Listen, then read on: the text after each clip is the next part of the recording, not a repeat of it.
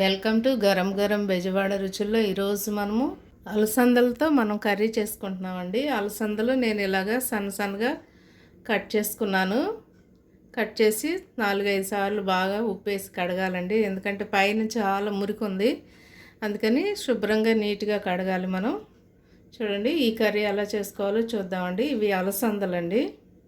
Stove వెలిగించి కళాయి పెట్టుకుని మనము తగినంత ఆయిల్ వేసుకుందాము. అవి 1/2 కేజీ అండి. అవి అలసందలు. ఇప్పుడు మనం సన్నగా కట్ చేసి పెట్టుకున్న ఒక ఉల్లిపాయ సన్న ముక్కలు కట్ చేసి పెట్టుకున్నాం, అవి వేస్తున్నాను.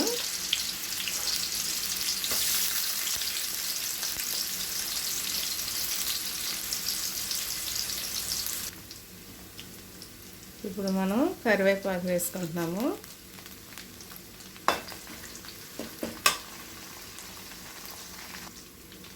సన్నగా ఘాట్లు పెట్టిన 4 పచ్చిమిర్చి కూడా వేస్తున్నానండి. ఘాటు పెట్టండి, లేకపోతే పేలిపోతాయి పచ్చిమిర్చి.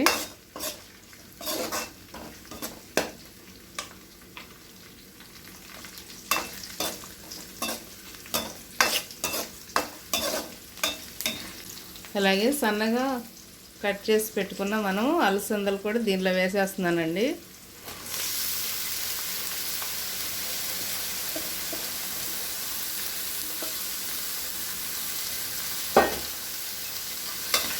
ఇవన్నీ ఒకసారి ఆయిల్లో మనం కలుపుకొని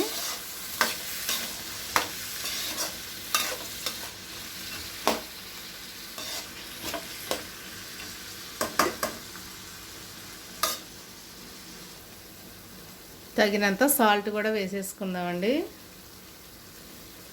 చూసి వేసుకోండి సాల్ట్.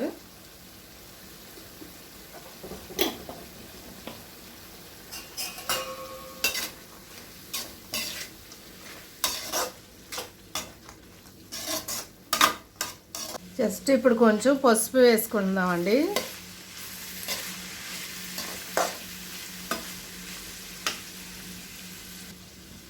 ఇప్పుడు 2 టమాటాలు నేను కట్ చేశానండి. పెద్ద పెద్ద టమాటాలు కట్ చేసి పెట్టుకున్నాం, ఇవి వేసేస్తున్నాను.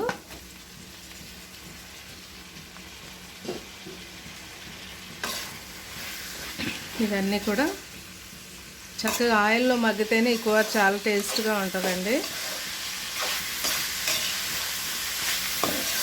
అలసందలు చాలా మంది తింటూనే ఉంటారు. మనకి ఎక్కడంటే అక్కడ దొరుకుతూ ఉంటాయి, ఏ మార్కెట్లోనైనా కూడా దొరుకుతాయి మనకి. ఎక్కడైనా దొరికితే తప్పకుండా మీరు ట్రై చేయండి. అలసందల కర్రీ చాలా బాగుంటుంది, ఫ్రై కంటే కూడా కర్రీ చాలా బాగుంటుంది. ఇప్పుడు మనం కారం వేసుకుంటున్నామండి, 1 స్పూను.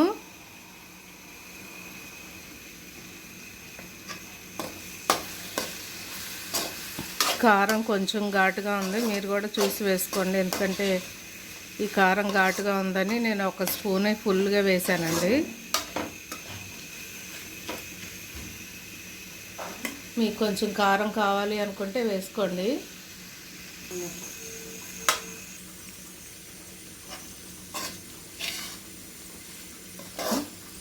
కారం అంతా కూడా చక్కగా దీనికి పట్టేస్తుందండి. మీరు కారం చూసి వేసుకోండి. కొన్ని కారాలు చాలా ఘాటుగా ఉన్నాయి. తేజ మిరపకాయ అనుకోండి, చాలా ఘాటుగా ఉంటుంది, అందుకని నేను కొంచెం తక్కువగా వేసాను. మీరైతే చూసి వేసుకోండి. కొంచెం చింతపండు అండి, ఇది కొంచెం చింతపండు వేస్తున్నాను.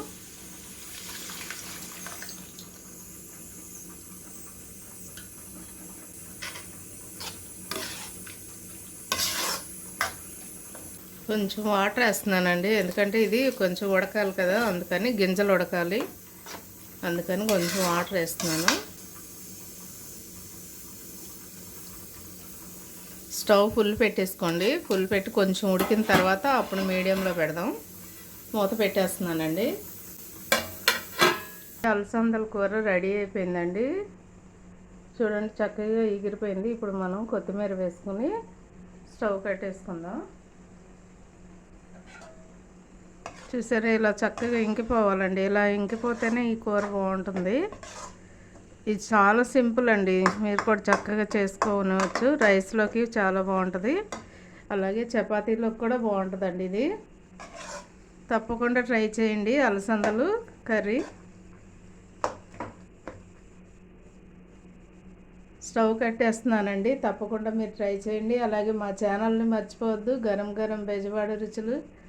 సబ్స్క్రైబ్ చేయని వారంటే సబ్స్క్రైబ్ చేయండి, షేర్ చేయండి, లైక్ చేయండి. Thank you.